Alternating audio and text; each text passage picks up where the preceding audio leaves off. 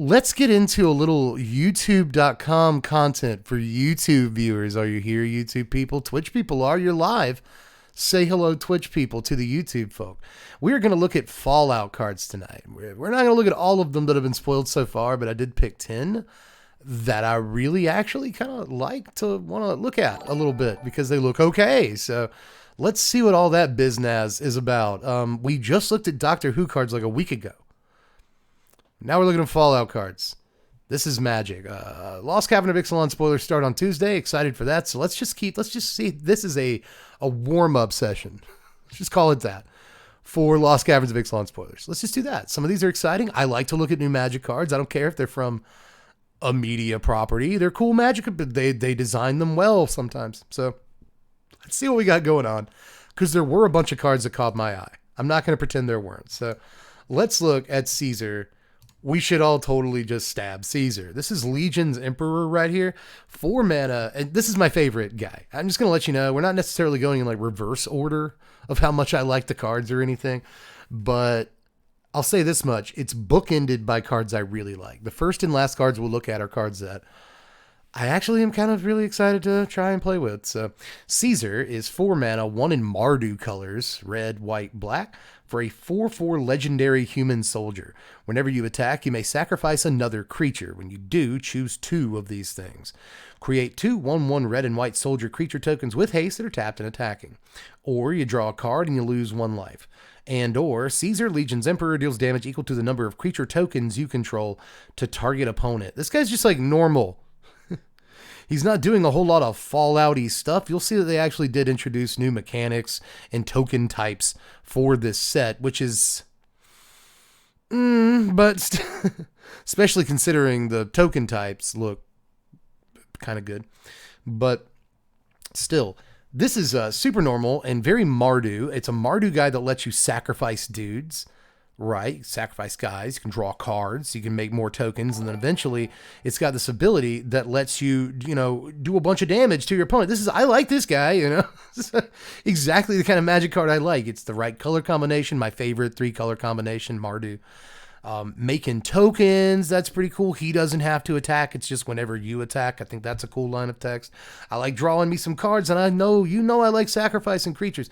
And in this color combination, you can play like Blood Artist and Elisil Core and Vron and like all the Blood Artisty creatures, Bastion of Remembrance, right? And you get red too for stuff like Fling and Callous Sellsword, whatever you want to do. Mardu is a really interesting color combination. I like Elisil Core, but you only get Orzhov. I like Vron, but you only get mono black. I like Judith, but you only get red-black. In this case, you get to play, again, like Judith, Blood Artist, Elisil Core, all that in your 99, and this is your commander, and I think that's actually kind of exciting. Yeah, I'm marking out a little bit for the Fallout card here, and that's cool. Like I said, I like cool new Magic cards.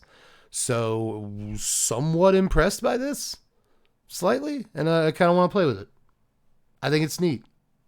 So, let's move on to Dr. Madison Lee. They're bringing back energy.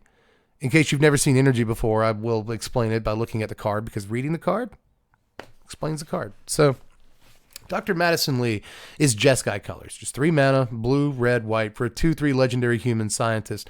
Whenever you cast an artifact spell, you get an energy counter.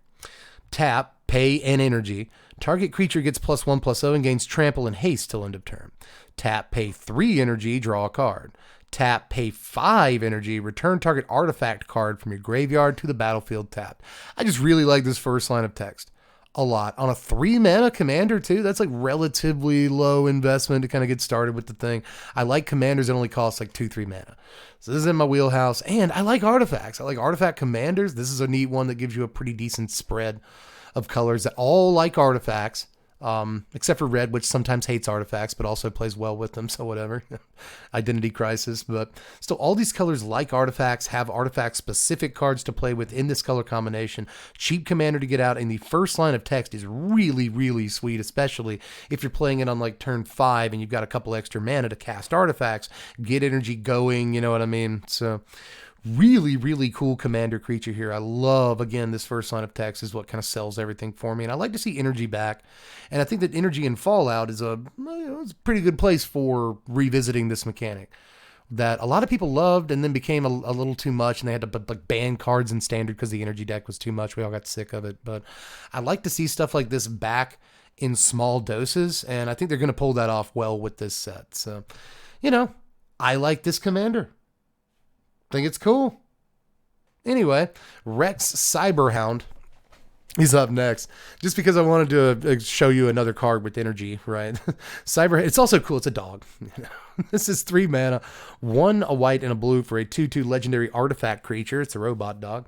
Whenever it deals combat damage to a player, they mill 2 cards and you get 2 energy. If you pay 2 energy, see how that's convenient? Choose target creature card in a graveyard, exile it with a brain counter on it, activate only as a sorcery. Rex has all activated abilities of all cards in exile with brain counters on them. So we've already seen on like Agatha's Soul Cauldron, this can be like a pretty powerful ability. And it also goes to show you like the spread of different things they're letting energy do in this set. They're really thinking outside the box a little bit. And I kind of like that. And it's a good homage to a character that a lot of people really, really love. So, but speaking of dogs and speaking of characters that people really, really love, one of the commanders that's going to be a part of the commander like box set, you can buy his deck, get him as the commander, dog meat, baby. This is the Vats view that's going to be on a bunch of cards, sort of the Vats treatment that, to my knowledge, is going to be on a ton of cards. I'm not a huge fan of this border, but I could, or this font, by the way, but I could see if you are. I'm not going to take that away from you. Dog Meat Ever Loyal is just Naya colors. Red, green, white, 3 mana. For a 3/3 legendary dog, and when he enters the battlefield, you mill 5 cards, and then return an aura or equipment card from your graveyard to your hand. Whenever a creature you control that's enchanted or equipped attacks, create a junk token. So I actually don't think this guy is that great in terms of power level. You do probably get card advantage when he comes into play. You do get to mill cards, and you can turn that into an advantage, but you probably get some card advantage on your 3 mana 3/3, and that's cool. And then it doesn't even have to attack. I like that again. I like that it doesn't have to attack. And it can trigger multiple times in a turn. So like maybe the turn it comes into play, it triggers once or twice and you get junk tokens. What's a junk token? What is that all about? So this is the only thing I'll have to make bigger, I think, in this entire section of this video. But a junk token is this. It's an artifact. You can tap it and sack it. To exile the top card of your library, you may play the card this turn. Activate only as a sorcery. This is, I think, a very, very good artifact token. Really, really good artifact token. You can only activate it as a sorcery, which sucks a little bit. It does bring down the power level, but tap, sack, draw a card. Kinda. That's nuts. That's so nuts. So when you look at cards like this, whenever a creature you control that's enchanted or equipped attacks, create a thing that allows you to just for free tap, sack, draw a card the red way. That's pretty good. Junk tokens in and of themselves are, I think, super good. There's no cost on them whatsoever. I think they're better than blood tokens by and large, although you do different things with them, right? You use blood tokens to filter stuff into your graveyard and get it out later or whatever. So different functions, but just kind of tap, draw a card, very close to tap, draw a card. Whew. It's, man, that's okay. So let's keep moving on to Feral Ghoul, which is going to showcase our other sort of new counter in this set. We got a new token type and a new counter. I should clear that up. But Feral Ghoul is 3 mana, 2 and a black for a 2/2 zombie mutant with menace. Whenever another creature you control dies, put a +1/+1 counter on Feral Ghoul. Those are decent lines of text right there. When Feral Ghoul dies, each opponent gets a number of rad counters equal to its power. I don't think that this is incredibly powerful. I really don't. Even though I do kind of I think this is cubable, although parasitic in cube if it's the only thing that does rad counters. So it might not be what you'll want, depending on how clean you want your cube to be. But I still think that these couple of lines of text are okay. But at the end of the day, it's just kind of an unruly mob with menace. It's got a little extra power. Who cares? Now, what we're here for is the rad. I do think this is a fairly cleanly designed card, though. I do like the design altogether. But I want to show off what rad counters actually are. Radiation counter. At the beginning of your pre-combat main phase, if you have any rad counters, mill that many cards. For each non-land card milled this way, you lose 1 life and you lose a rad counter. So, let's say that this thing is at 4 power and it dies. Your opponent gets 4 rad counters. Okay? So at the beginning of their pre-combat, not their upkeep, interestingly, at the beginning of their pre-combat main phase, they're going to mill 4 cards because they have 4 rad counters. And then let's say they mill 1 land into the yard, 4 non-lands. Well, they're going to lose 3 life, 3 rad counters. Still have a rad counter, though, that they have to deal with on their next pre-combat main phase. So this is kind of a mill ability, but it also makes them lose life, right? So it's not entirely mill. I think that that's supposed to represent, losing sanity, slowly crumbling the mill. But losing 1 life, that's really interesting. So in a lot of ways, if this gets to, say, 5 power, right, they're going to mill 5 cards and probably take at least 3, right? They're going to lose 3 life. And that is kind of interesting. And you guys know that I like incremental pings and stuff. So this interests me, but at the same time, I don't necessarily, in general, not even when it comes to Universes Beyond, but I have a particular issue with it in UB products. But I just have, at this point in Magic, an issue with the introduction of new token types and new counter types. Because it clogs up the battlefield with a bunch of different stuff, and it's a personal preference. I'm just not a huge fan of new token types. You can be. It's totally, I'm not saying that you suck. I like pancakes, you like waffles. Whatever. Who cares? But just personal preference. I don't like to gum up my deck with a bunch of cards that make a ton of different permanent types. And so that's kind of a hang up for me, but I do like it mechanically. Let me just say that. Now, the Wise Moth Man is another card that uses these radiation counters, and it actually looks really, really cool. This is 4 mana, 1 in Sultai colors, black, green, blue, for a 3/3 legendary insect mutant with flying. So we got a 4 mana, 3/3 legendary flyer. Whenever the Wise Mothman enters the battlefield or attacks, each player gets a rad counter. Whenever 1 or more non-land cards are milled, but a +1/+1 counter on each of up to X target creatures, where X is the number of non-land cards milled this way. So really neat little rad commander here in the colors that look like they'd probably be most likely to be radiation colors, right? This is going to be the radiation commander, so who knows what all radiation cards we're going to get to see. All in all, this thing just self-contained doesn't really account for that much radiation, right? But when it's supplemented by a bunch of other radiation, it's going to make your dudes really huge really quick. So kind of a sweet card. Neat commander. If you're going to do radiation stuff, this is the guy. Again, you could cube this, but you're not usually looking for a bunch of 3-color cards in most cubes. And if you are going to have a Sultai card in your cube, I don't know if it's going to be this parasitic, but it is a neat card, if nothing else. It's self-sustaining too, so there's that. But again, parasitic if nothing else. Let's move on to Radstorm, another way that we've sort of indicated radiation is happening mechanically. 4 mana, 3 and a blue for an instant with Storm and Proliferate. That's it. That's the whole thing. So, you can proliferate a buttload of times, basically. I thought this card was interesting and worth bringing up because if it's breakable, it's supremely broken, right? And that goes for, any format that this card is legal to play. But especially in Commander, where I think that it's something you need to remember exists, but might not be broken on day 1 or anything. But could be too. It could be, for all I know. Up next is Vats. This is 4 mana, 2 and 2 black for an instant. Split second. Choose any number of target creatures with equal toughness. Destroy the chosen creatures. In case you've never seen Split Second before, this is an old ability that I wish they'd bring back again in a whole set. A lot of people love Split Second. Some people hate it. But Split Second just basically is a bunch of reminder text that says the spell can't be responded to by anything. Spells, abilities, nothing can go on the stack. Just the spell resolves. Period. Can't be countered, can't be interacted with, nothing. Split second, the spell resolves. Right then and there, right? So just in case you needed a sort of primer. So what we have here is a 4 mana instant speed sweeper. It is very limited. Destroy any number of target creatures with equal toughness.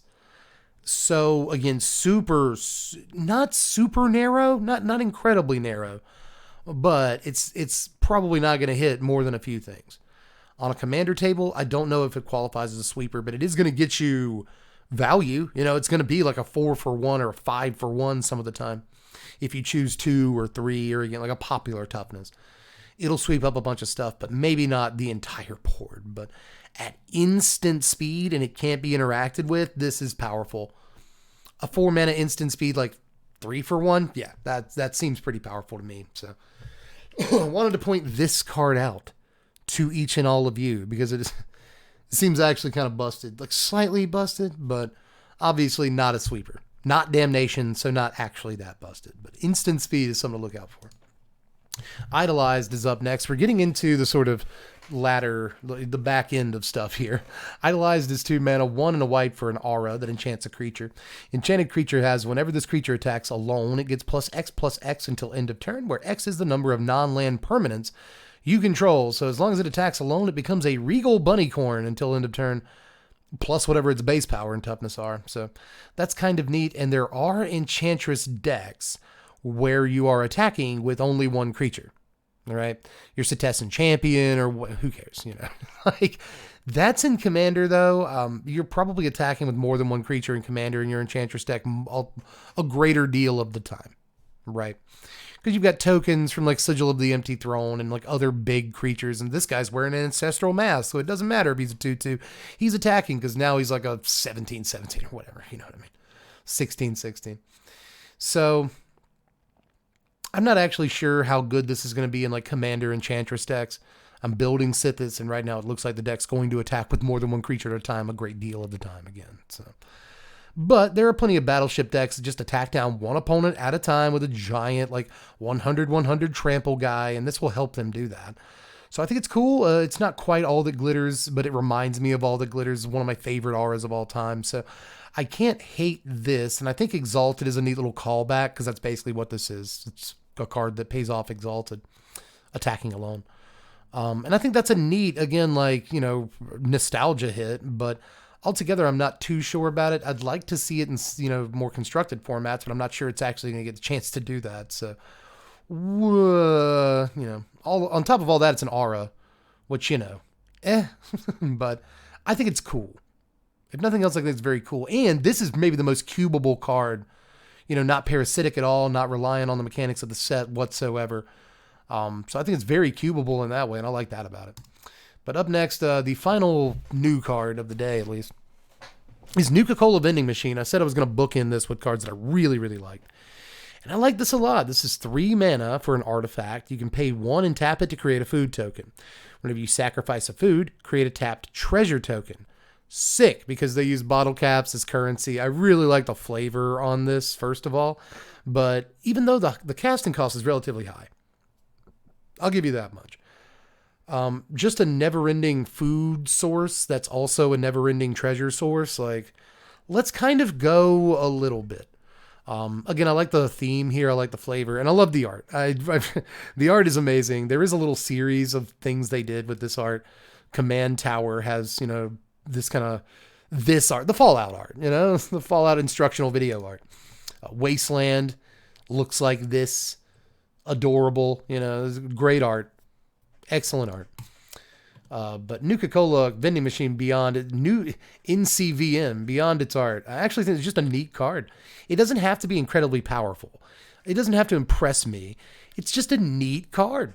It's a cool card that I like, and it's about the size of it. So there are a few Fallout cards that I sort of omitted from this video. There's one that I actually kind of like called like Over Encumbered, where your opponent, when it enters the battlefield, your opponent gets a bunch of, different tokens, like a bunch of crappy little tokens. And then to attack you, they have to pay mana for each token they control. So like it's a neat design and all that, but I didn't bring it up in this video. Maybe I'll superimpose it over this card when I actually edit the YouTube video. But one way or the other, there are cards that I omitted, but that's whatever. You can go check out the cards on Mythic Spoiler or MTG Previews or Magic Spoiler, wherever site you go to. These are the cards that excited me the most from this particular set. So let me know what you like down there in the comments section. This is still the YouTube portion of the video. Don't go anywhere, Twitch chat. But yeah, let me know what all you like. Check out the Patreon. Check out the Twitch. That's where I am right now. Don't you wish that you were here chatting along and having your name on the screen when you subscribe like all these other people did? That's so cool, right? So come over here to Twitch. It's free to follow, and don't be afraid of the platform. It's a nice place to be. We have a lot of fun. Aside from that, do all the other YouTube stuff. Like the videos, subscribe to the channel. Trying to get to 200,000 subscribers. We're only 70,000 away. You can be part of the revolution. But aside from that, I guess I'm done. So YouTube people, I will catch you cats later. I'm Deb from The Place. Thanks for watching, Wizards. Spread love and be kind, YouTube people.